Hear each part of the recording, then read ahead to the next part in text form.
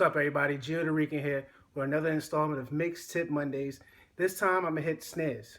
Now, snares are a very important part of the music that we make. If the kick is the yin, the snare would be the yang. Okay, now from a mixing standpoint, your vocals and your snare kind of have to be a little bit, the same. They kind of have to match up. Some people like to mix the vocals a little bit higher than the snare. Some people want to hear it like neck and neck. I'm one of the people I like to hear neck and neck. Of course, without clashing. So with this video, again, utilizing EQs and compression, I want to walk you guys through as producers to help you understand the mixing aspect of the business that we're in. So I hope you guys really learned something. Don't forget to like, comment, and subscribe. On the bottom, leave any comments. And let's get started. Let's see the Pro Tools session. All right, guys, so let's get started. This is a song called Hook by my man Joe Smizzy. I'm going to put a link in the description for the official video so you guys can check that out, all right? So let's just hear the beat, see how it goes.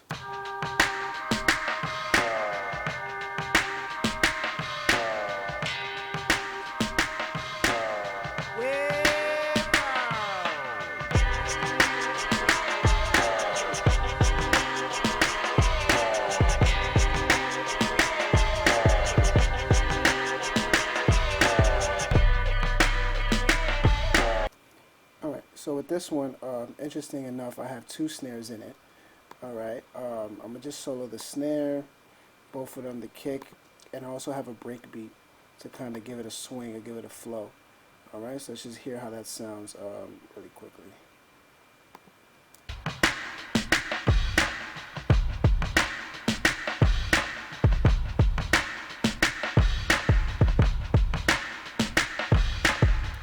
All right, so now let's just solo the snare. I already have a little loop. I think it's a two-bar loop. A little 1 bar, excuse me. So you see, it's really going high on the scale. We want to kind of control that. So when I did my mix tip Mondays for kick, I started with an EQ, and I said it's kind of interchangeable. It depends on the engineer, depends on the session, everything. So let's start with the compressor this time, and just work our way from there. So we're going to get, again, the default Pro Tools compressor. I don't want to use anything fancy like the SSL or the L2 or anything like that, because not all you guys are going to have that. And these are tools that you could utilize with any software or any program. All right, so let's just have that playing.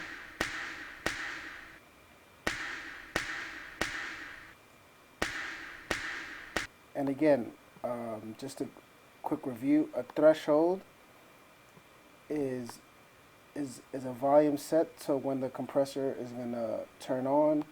Attack is how fast it's going to start compressing. Release is how fast or slow it lets it go. Gain is the makeup gain, corresponding with how much you're compressing. So if you're compressing, if your gain reduction meter says that you're losing 3 dB, you raise it 3 dB to kind of keep it a little even to the original signal. So let's just start off with.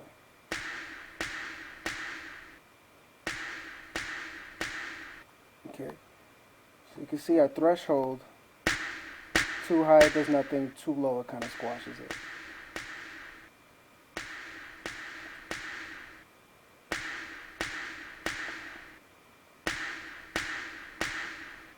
Now use your meter, because you see the little red dot is where it's going, and this is kind of the home for it right now, right there.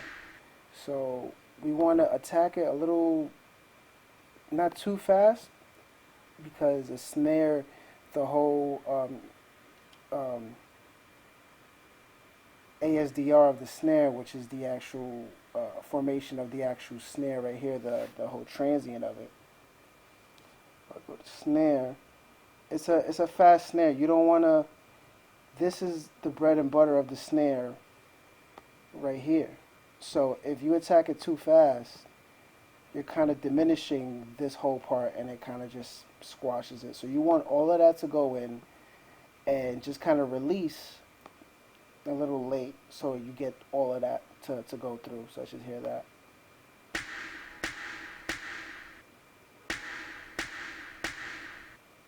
Okay. So look at how much we're compressing. It's a little too much. So you want to let it just kind of breathe a little more by putting the threshold a little further back. And then just do the makeup gain a little bit, about like let's say 6, because it's like the average one. If you see it, it's around 3 to 6. Alright, so if we bypass it, that's what we get before.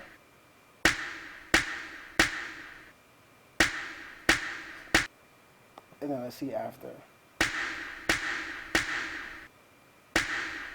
Alright, now they're sounding very similar, you know. If you want, you could always adjust the threshold. Like I told you guys in my Mix Tip Mondays video, you can always go left and right and just find a sweet spot so you can really see where you're at. Okay?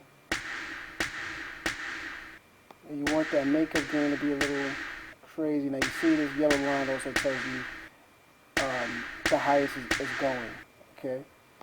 So you could always tack a little more, release it a little sooner, and then you keep playing with it.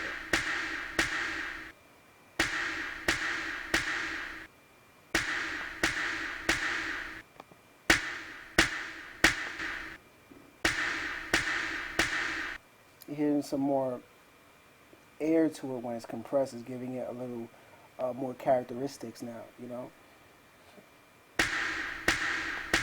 And release it just a little.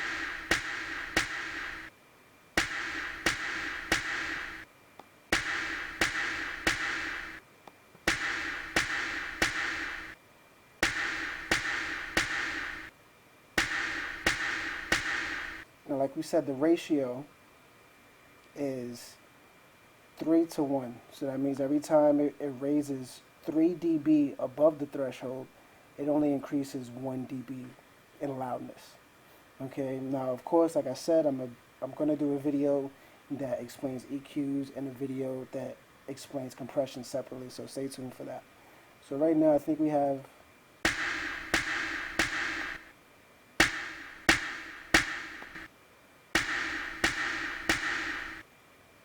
we just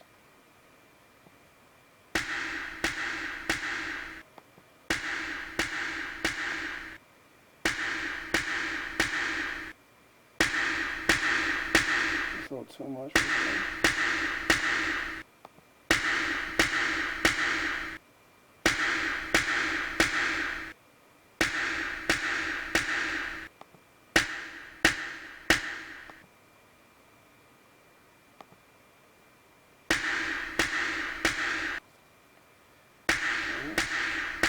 Nice characteristics is breathing. Now let's go and compress it a little bit so we could kind of, EQ it, sorry. So we could find that resonant frequency what I was talking about in the first video about kicks, alright? Alright, so again, shift and control. If you have a PC, I unfortunately don't know the shortcut for that, but click and hold it and it will just isolate the frequency so you can see where's the sweet spot. So let's play that.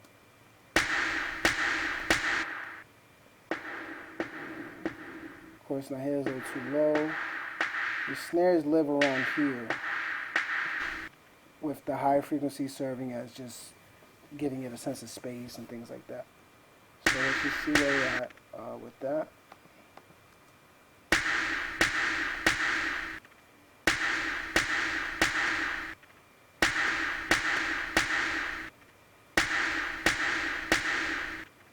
Just go left and right, like I said, left and right, all over the place to see where it is, you know.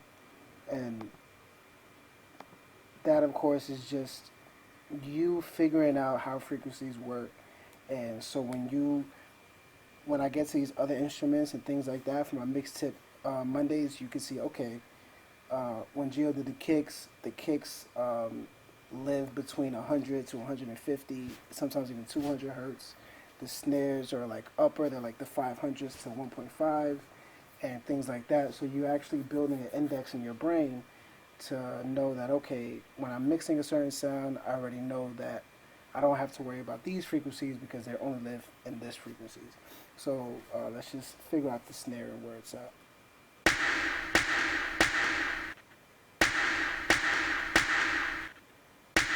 If we're working with the high mid frequencies, which I think that's where it is, let's just raise that a little bit right there.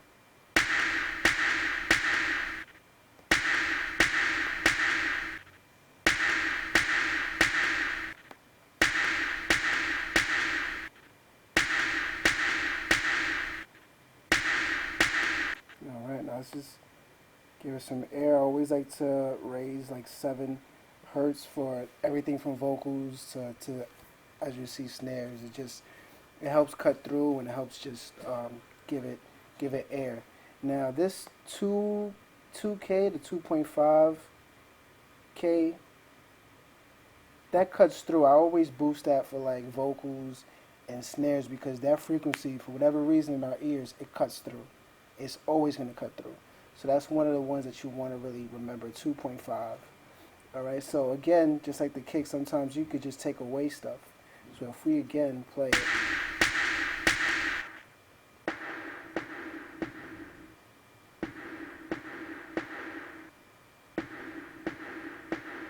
That's not really sounding too good, so let's take that out.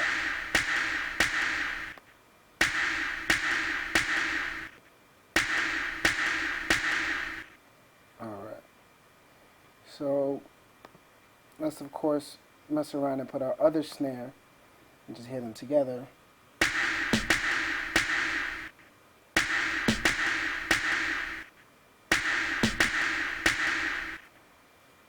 Kind of good. Okay, now again, you always want to, how I did with the kick video, you kind of go with your bass and kick and see where they're going to relate to each other. You do that with your kick and your snare when you're doing your snares. So just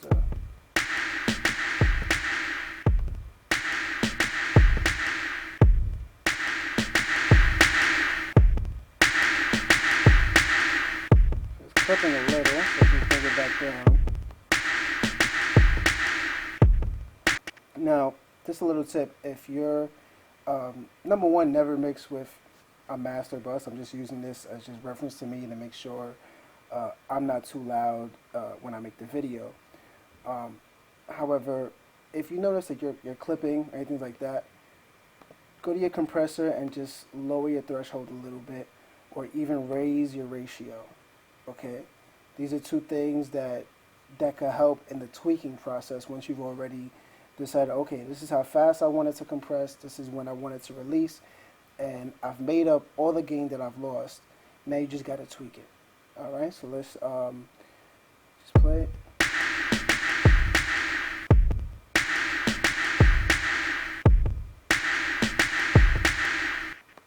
And just find your sweet spots, alright? Don't be scared to add another compressor or another EQ neither, okay? There's no right or wrong way to do it as long as you understand what all of these do, okay? Don't just add compressors and just raise this up and do all this, okay? Because it's not really going to come out how you want it to come out. Okay, let me put that back, plus 12. And the compressor was around, threshold was around here, okay?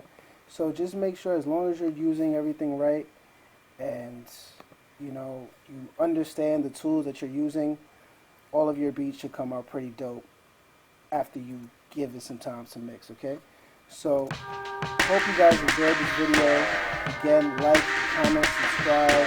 I'm going to put the official link for the hook video by Joe Smizzy. Follow us on Instagram, Geo the Reason, at Joe Smizzy. Hope you guys enjoyed. See you guys next time.